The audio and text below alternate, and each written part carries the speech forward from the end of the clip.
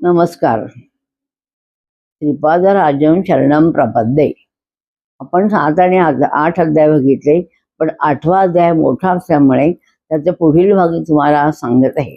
पुढील भागामध्ये पंचकन्यांचं वर्णन आहे. तर पंचकन्या म्हणजे कोण? तर अहिल्या, द्रौपदी, तारा, मंदोदरी आणि सीता या 5 कन्या आहेत. त्या 5ही कन्या कशा पवित्र आहेत याविषयी आपण विश्लेषण याचं ऐकणार आहोत. श्रीपाद पिठापूर गावामध्ये एक अवधूत येतो. तो सांगतो की नदीमध्ये एक दत्ताची मूर्ती पडलेली आहे आहे असं सांगतो तो. त्यावेळी सगळेजण शोध घेतात, तर खरोखरीच ती मूर्ती मिळते.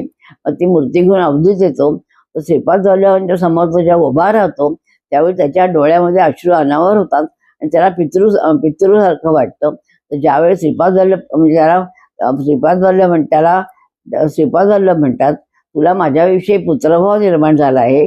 ज्यावेळी पुढील जन्मामध्ये नरसिंह अवतार घेणार आहे त्याच्यावेळी दीक्षा घेईल, तेव्हा तुझ्याकडून मी दीक्षा घेईल. दिगंबरा दिगंबरा श्रीपाद वल्लभ दिगंबरा, ब्रह्मा विष्णू महेश दिगंबरा दिगंबरा श्रीपाद वल्लभ दिगंबरा.